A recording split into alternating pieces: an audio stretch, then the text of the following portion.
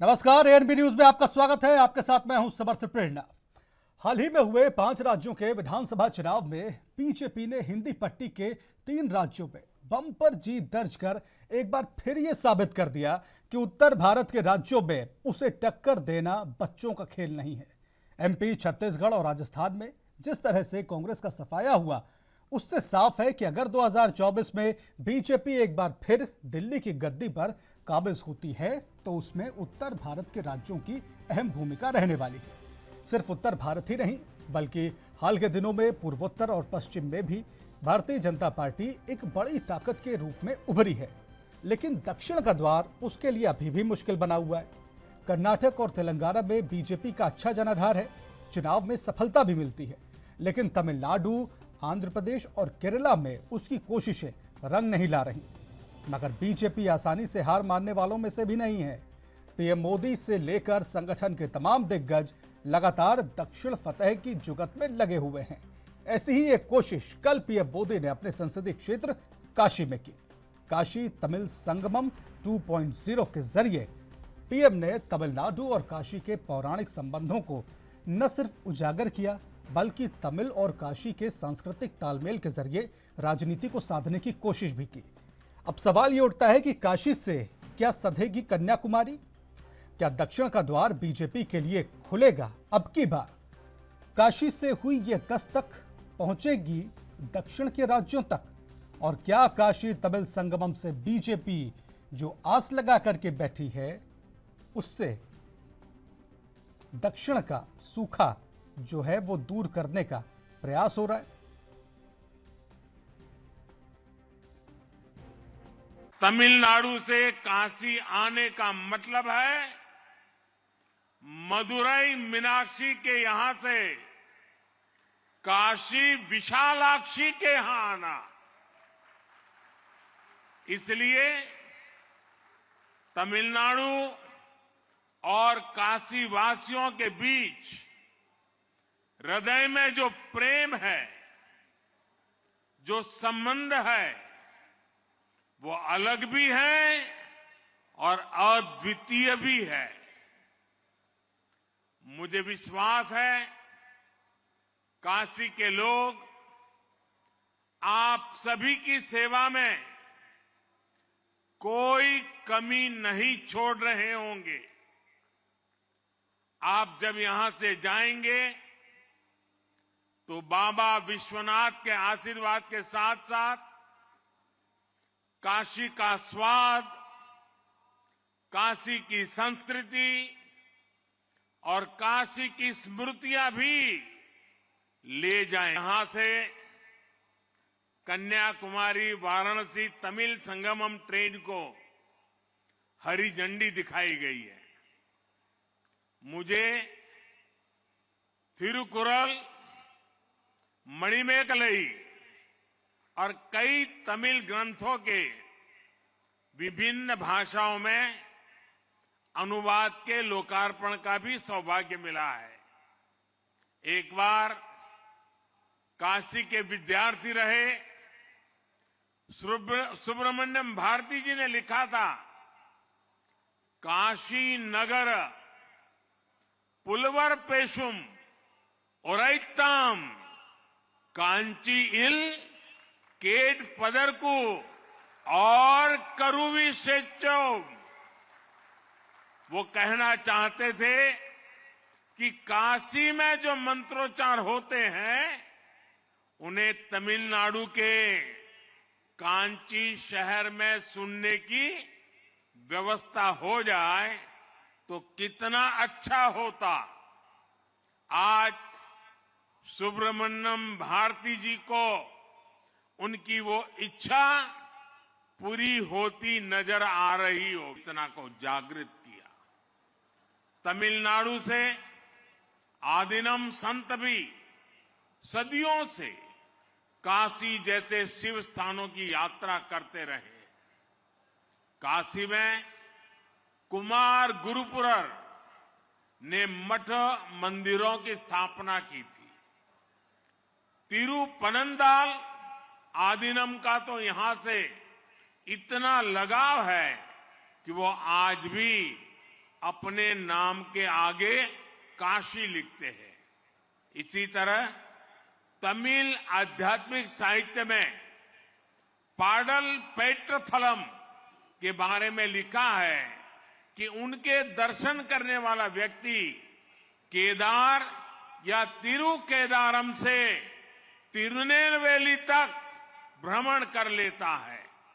इन यात्राओं और तीर्थ यात्राओं के जरिए भारत हजारों वर्षों से एक राष्ट्र के रूप में अडिग रहा है, अमर रहा है। जरिए देश के युवाओं में अपनी इस प्राचीन परंपरा के प्रति उत्साह बढ़ा है। तमिलनाडु से बड़ी संख्या में लोग, वहां के युवा काशी आ रहे हैं। यहां से प्रयाग, अयोध्या और दूसरे तीर्थों में भी जा रहे हैं। मुझे बताया गया है कि काशी तमिल संगमम में आने वाले लोगों को अयोध्या दर्शन की भी विशेष व्यवस्था की गई है। महादेव के साथ ही रामेश्वरम की स्थापना करने वाले भगवान राम के दर्शन का सौभाग्य अद्भुत है।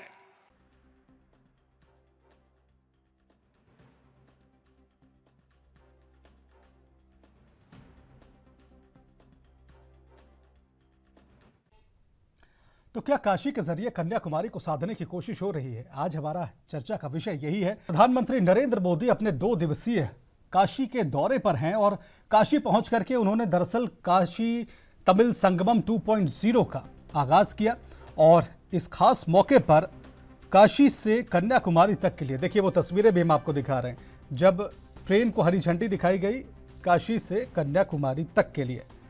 कई हजार करोड़ की परियोजनाओं की सौगात भी काशी वासियों को दी प्रधानमंत्री नरेंद्र मोदी ने। और इस दौरान जो संबोधन था प्रधानमंत्री का, उसमें उन्होंने तमिल संस्कृति और काशी के बीच में जो पौराणिक महत्व है, ऐतिहासिक महत्व है, जो सांस्कृतिक जोड़ है, उसको भी बताने की कोशिश करी।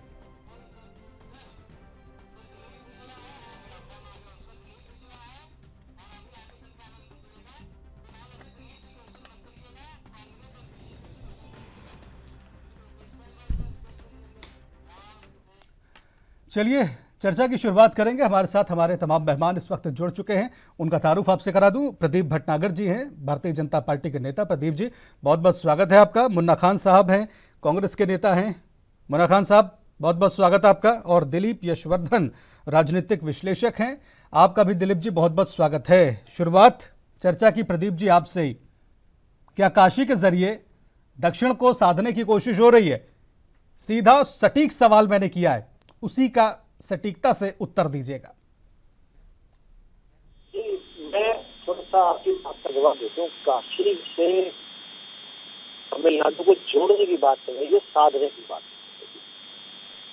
क्योंकि हमारा जो उत्तर प्रदेश है या इधर का जो उत्तरी क्षेत्र है हिंदी भाषी है, और उसको अगर हम दक्षिण से जोड़ते हैं तो और भाईचारे में जो मजबूती आनी चाहिए, और हमारे टूरिस्ट में और टूरिज्म में, और जो देवी देवताओं को हमारे बुजुर्ग वर्ग पूजने वाले हैं, तो श्री शिव के आराध्य हैं, उन लोगों में आपस में समन्वय होना चाहिए। ये दर्शाता है कि काशी का और तमिलनाडु का क्या हो है। और ये चीज अगर कन्याकुमारी तक चीजें चलाई जा रही तो अच्छी बात है। देश लेके हम अगर एक भारत श्रेष्ठ भारत की बात करते हैं तो और चीजों पे भी हमें बातें करनी चाहिए। अगर दो दिशाएं मिल रही हैं तो दो दिशाओं का दिल खोल स्वागत करना चाहिए। कुछ लोग तितर बितर जाने की रखते हैं, उनकी सोच को क्या करेंगे आप? 2 दिशाएं मिल रही हैं और वो मिली हुई हैं दिशाएं, तो इसका स्वागत होना चाहिए। कोशिश होनी चाहिए कि दक्षिण हो, उत्तर हो, पूर्व हो, पश्चिम हो, सबके बीच में एक जोड़ होना चाहिए। कोई भी बांटने जैसी बातें नहीं होनी चाहिए। लेकिन प्रदीप जी, इन दिशाओं के या इन ध्रुवों के मिलने से भारतीय जनता पार्टी को राजनीतिक या सियासी फायदा भी तो हो रहा है, इस पर क्यों ना चर्चा हो? अगर आप बात करते हैं लोग लालच की, तो शायद समझता हूँ कि लोग लालच होना नहीं चाहिए। अगर हमने इस राज्य के चुनाव लड़े और राज्य के चुनाव हुए तो चुनाव ये उद्देश्य लड़े कि हम विजयी होंगे। ये नहीं कि उद्देश्य लड़के हार भी सकते हैं। हो सकता है हम पे चलो विधायक का एक भी जीत जाए, वो भी उनके लिए भी हम चीजों के लिए तैयार रहते हैं। मगर अगर हर चीज जो आप पॉलिटिकल जोड़ के चलेंगे, हर विकास को भारत के लोगों को राजनीति से जोड़ के चलेंगे, तो मैं समझता हूँ कुछ बहुत जरूर से ज्यादा आगे बढ़ने की चीजें हो जाएंगी जो बढ़नी नहीं चाहिए। प्रदीप जी, राजनीतिक दलों की हर एक गतिविधि को राजनीति से ही जोड़ करके देखा जाता है। मुन्ना खान साहब, भाई ये जो राजनीतिक गलियारों में चर्चा है कि भाई दक्षिण में अपनी पैठ जमाने के लिए लगातार बीजेपी की जो जुगत है, उसी जुगत के सिलसिले में ही इस काशी तमिल संगमम को भी देखा जा रहा है। आप लोगों का क्या रुख है, आप लोगों की क्या प्रतिक्रिया? देखिए, सवाल है कि खुदा का शुक्र है, कम से कम भारतीय जनता पार्टी अब जोड़ने की तो बात करती है। इन्होंने हिंदुस्तान को, भारत को, इंडिया को बहुत तोड़ने की कोशिश की, अब ये जोड़ने की बात करते हैं। मैं ये समझता हूँ कि जोड़ने के लिए नियत और नीति का साफ होना बहुत जरूरी है। कोई भी कार्य अगर आप राजनीतिक मसले से करोगे, राजनीतिक फायदे के लिए करोगे, तो जनता बहुत समझदार है, जनता समझती है। इन्हें पता है कर्नाटक हारने के बाद इनका जो साउथ का द्वार है, जो दक्षिण भारत का जो द्वार है, ये बंद हो चुका है। नरेंद्र मोदी जी के नाम पे चुनाव लड़े गए। आपने देखा होगा किस तरीके से वहाँ चुनाव लड़ा गया कर्नाटक में। चुनाव के दौरान किस तरीके के नारों का भी इस्तेमाल किया, चाहे हलाल हो, हराम हो, झटका हो, लटका हो, भटका हो, कई तरह के मिसाल दिए गए। फिर भी भारतीय जनता पार्टी वहाँ हार गई। अब सवाल ये उठता है कि आप जो बार बार जो ये कोशिश करो कि साउथ में मैं साध लूँ, साउथ से हमें एक सीट भी मिलने, मैं अपने मित्र को बता दूं, आप कर लो लाख कोशिश से, आपके वहाँ जमानत जब्त होने हैं। अब सवाल रहा उत्तर भारत का। उत्तर भारत में इनकी राजनीति इसलिए चल जाती है क्योंकि हिंदी भाषी पट्टी है, वहाँ पे ये शमशान, कब्रिस्तान, हिंदुस्तान, पाकिस्तान, ये नारे लगा के अपने ये काम निकालते हैं। लेकिन ये नारा भी इस बार 2024 में नहीं चलेगा, क्योंकि मैं आपको बता दूं बात जी कि ये जो युवा आज 45 करोड़ युवा आजाद भारत में, आजाद हिंदुस्तान में, आजाद इंडिया में आज बेरोजगार है। इतिहास में पहली बार आपने रोजगार की बात की थी, साल के 2 करोड़ नौकरियों की बात की थी। 10 साल हो गए कार्यकाल पूरे हुए आपके। लेकिन मुन्ना खान साहब, ये क्या बहुत सरलीकरण नहीं हो जाएगा? मतलब इसकी व्याख्या, अगर बीजेपी की जीत की व्याख्या अगर इस तरीके से करी जाए कि भाई ये शमशान कब्रिस्तान करके, हिंदू मुस्लिम करके ही जीतते हैं, क्या ये बहुत सरलीकरण नहीं हो जाएगा? इस तरीके के आकलन जो हैं, भाई अगर उनकी एक दिशा है राजनीति की, तो आप उसकी काट क्यों नहीं कर पा रहे? देश की जनता काट करी ना, कांग्रेस पार्टी तो बार बार कह रही है कि मैं कहता हूँ आप भजन की बात करते हो, हम भोजन की बात करते हैं। हम दोनों में समानता इसलिए नहीं, हम विपरीत दिशा में, हमारी विचारधारा में युवाओं को रोजगार से, किसान चाहे जो लेकिन अभी देखिए 3 राज्यों में, उत्तर भारत के 3 राज्यों में आपकी विचारधारा से लोग सहमत तो नहीं नजर आए। फिर अगर आप इस तरीके की बात कर रहे हैं तो उत्तर भारत के 3 राज्यों में भाजपा की आप देखें तो 4 करोड़ 80 लाख वोट, 90 लाख वोट हमें भी, और भारतीय जनता पार्टी को 4 करोड़ 80 लाख वोट मिले। तो अगर मैं उन वोटों की बात करूं तो मैं दिलीप यशवर्धन जी के पास भी जाना है, लेकिन मुन्ना खान साहब, अगर वोट प्रतिशत को आप एक बड़ा आधार मानते हैं जन समर्थन का, जो कि होता भी है, तो फिर इस बात को भी स्वीकार करिए भाई, कर्नाटक के चुनाव में बीजेपी भले ही चुनाव हारी हो, लेकिन उसका वोट प्रतिशत इंटैक्ट रहा है। तो इसको बीजेपी भी एक अपनी कामयाबी के तौर पर देख रही है सरकार चलाने के बाद। लेकिन दिलीप यशवर्धन जी, ये जो तमाम कोशिशें हो रही हैं दक्षिण का द्वार खटखटाने की, भारतीय जनता पार्टी खुद प्रधानमंत्री नरेंद्र मोदी के जरिए, ये काशी संगमम का जो प्रयास है, इसको किस तरीके से समझा जाए? इसमें समझने वाली कोई बात ही नहीं है, क्योंकि काशी तो उनका कॉन्सिक्वेंस है, और काशी में जैसे वो वहां से चुन के गए हैं, ये सवाल आप जरूर खड़ा कर सकते हैं कि काशी से चुनाव मोदी की लड़ते क्यों हैं, जबकि उन्होंने दशकों तक गुजरात की राजनीति करी है, गुजरात में अपना नाम कमाया है, और उसके बाद जब लोकसभा में प्रधानमंत्री का कैंडिडेट उनको डिक्लेयर किया गया तो वो उत्तर प्रदेश से चुनाव लड़ने आ गए थे और काशी को उन्होंने चुना था। खैर, काशी की जनता ने उनको अच्छे भी दिया, उनको जिताया, दोबारा भी जिताया, और काशी में काम हुए हो, जो वोट केंद्र से काम हो, लेकिन काम हुए हैं, डेवलपमेंट हुआ है, वहाँ के लोगों को वो डेवलपमेंट दिख रहा है, और अभी भी अच्छा है, 5 करोड़ होगा से काशी के लिए खोल रही है। तो ये सारी चीजें काशी के लोगों को फायदेमंद नजर आती हैं। तो जाहिर सी बात है कि जब नेता से जनता को कुछ मिलता है तो जनता इन रिटर्न वोट के रूप में अपना प्यार उनको दिखाती है, जो दिखाती है, चाहे वो लोकसभा का चुनाव हो, चाहे लोकसभा का चुनाव, और चाहे 3 राज्यों के चुनाव हुए हैं, उसकी बात कर लीजिए तो काशी का जो प्यार है वो पूरे भारत मोदी जी को मिल रहा है। और मोदी जी निडर काशी की जनता को जो समोसा दे पा रहे हैं, क्या अलग बात है कि इलेक्शन का टाइम आ रहा है, थोड़ा ज्यादा सौगात दी जाएंगी, अच्छा होता है तो जनता समझती भी है। लेकिन उसके बावजूद भी जो काशी का इंफ्रास्ट्रक्चर है, बहुत सारा की बात करते हैं, मंदिर के कॉरिडोर की बात करते हैं, उसमें जो संसाधनों को सुविधा हुई है वो भाग्य लेता बेनिफिशियर है।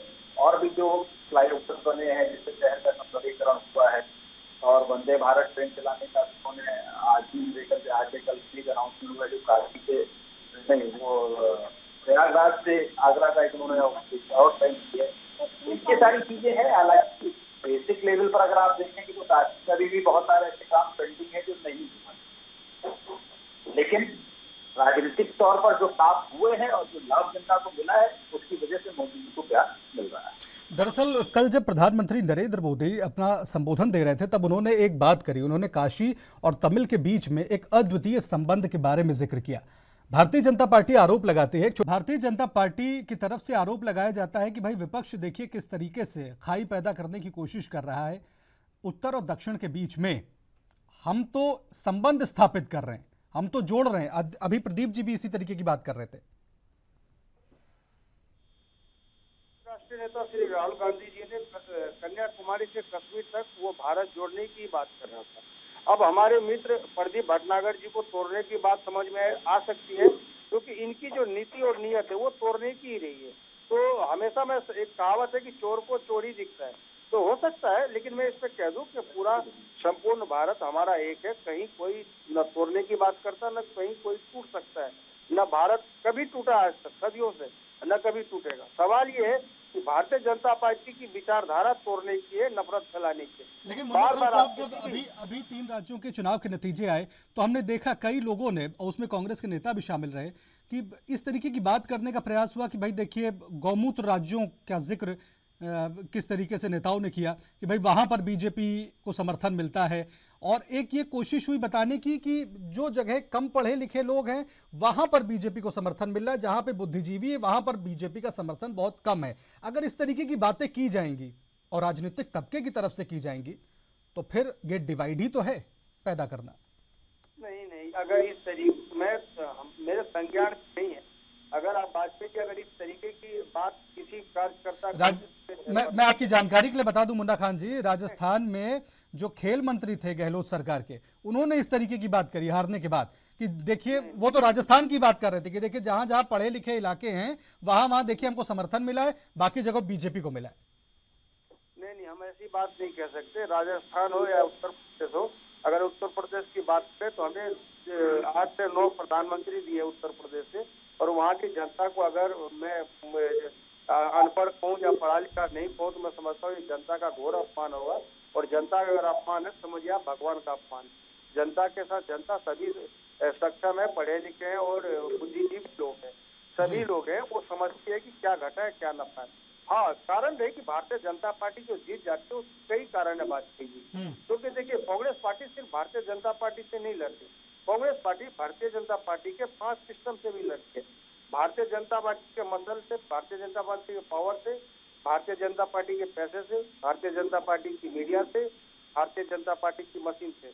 तो हमारी लड़ाई से हो रही है। और ये देश या तरीके से लोकतंत्र की हत्या करके जो भी संवैधानिक संस्थाएं हैं उस पर आज कब्जा करके आज किस तरीके से अत्याचार किए जा रहे हैं और हिटलर की तरह, तानाशाही की तरह आज राज किया जा रहा है। मतलब आज पार नहीं सुन सकते, अभी ऐसा दौर है। चलिए ठीक है, इसका जवाब मैं प्रदीप जी से लूंगा। लेकिन दिलीप जी, जब ये बात कही जाती है कि भाई 3 राज्यों में बीजेपी की बंपर जीत के बाद कि देखिए जो गौमूत्र स्टेट्स हैं वहां पर बीजेपी को समर्थन मिल रहा है, और दक्षिण में अगर ये प्रयास हुआ बताने का कि भाई वहाँ ज़्यादा पढ़े लिखे लोग हैं तो देखिए वहाँ भारतीय जनता पार्टी को उस तरीके का जनसमर्थन नहीं मिलता है, क्या ये एक डिवाइड पैदा करना नहीं कहलाएगा? क्या इस तरीके की टिप्पणियाँ उचित टिप्पणियाँ हैं? और फिर जब प्रधानमंत्री कहते हैं कि भाई दोनों ही ध्रुवों का संबंध है आपस में, तो क्या इसको इस तरीके की नकारात्मक टिप्पणियों का जवाब माने?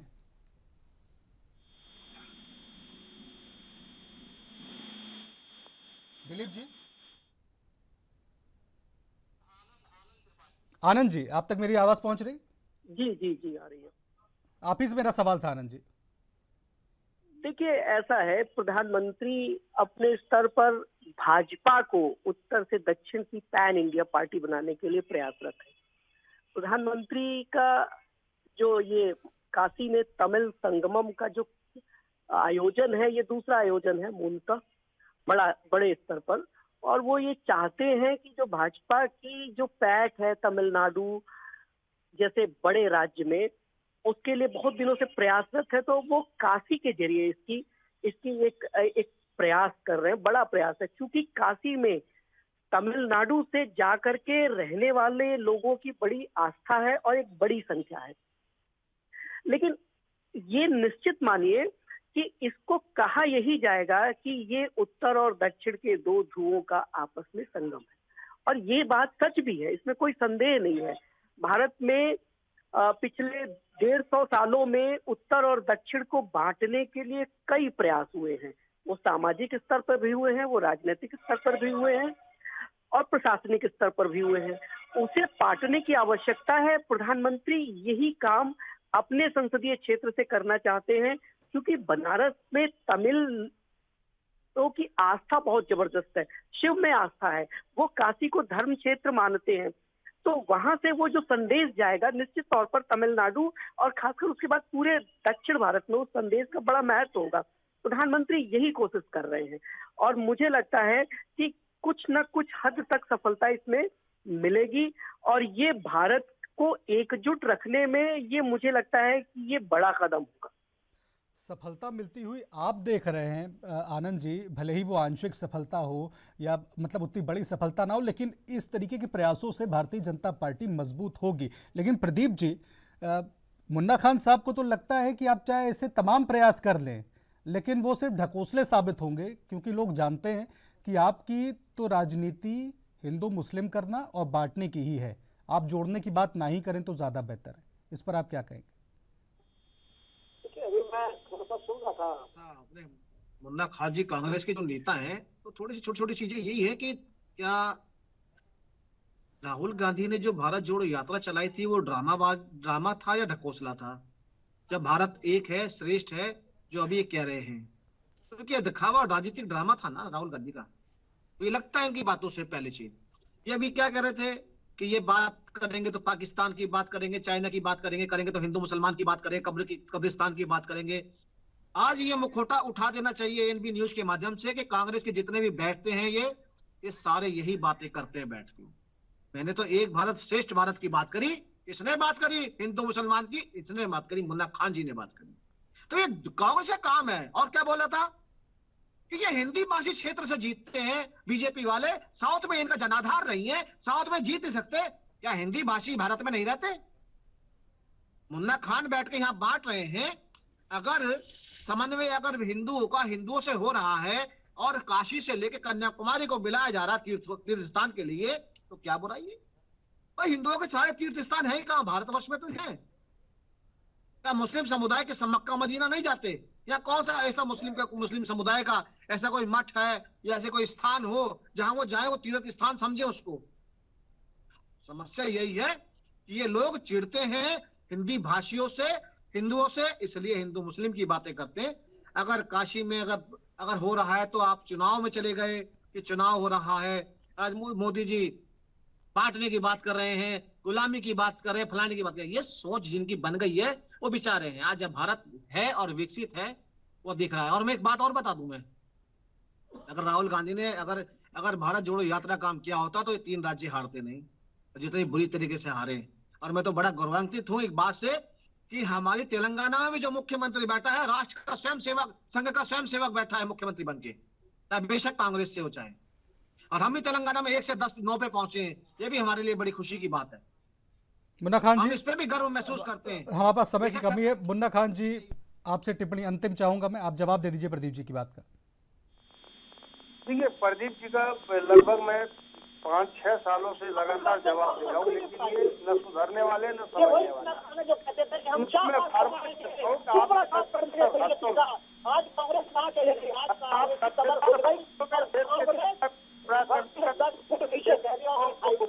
का काम किया, शर्म है आपको। छोड़ेंगे कांग्रेस की और नीचे बार बार पहुंचाएंगे मैं कांग्रेस कहता को। हूँ कि आप जोड़ने की बात करो, तोड़ने की ये बात मत कांग्रेस करो। जैसे लोग जो आखिर बैठे क्या हैं, मुल्ला खान स्थिति जैसे बनी लोग कि 10 साल के बाद देश क्या विरोधी देश के बातें करने वाले, प्रधानमंत्री को जोड़ने की बात इनको जवाब देंगे, जल्दी जवाब देंगे। नहीं, आज चलिए। जोड़ने की बात क्यों हो रही है? आप हमारे पास समय की कमी है। आप तमाम मेहमानों का हमारे साथ जुड़ने के लिए बहुत बहुत शुक्रिया। तो देखिए, उत्तर भारत में तो भारतीय जनता पार्टी एक बहुत मजबूत शक्ति है, लेकिन कुछ लोगों को यह आशंका है कि शायद 2024 में उत्तर भारत के राज्यों में भारतीय जनता पार्टी की सीटें कुछ कम हो जाएं। ऐसे में बीजेपी की कोशिश ये होगी कि दक्षिण भारत के राज्यों से उस कमी को पूरा किया जाए। अब इसमें भारतीय जनता पार्टी कितना सफल होगी, ये तो चुनाव के नतीजे ही बताएंगे। फिलहाल इस चर्चा में इतना ही। नमस्कार।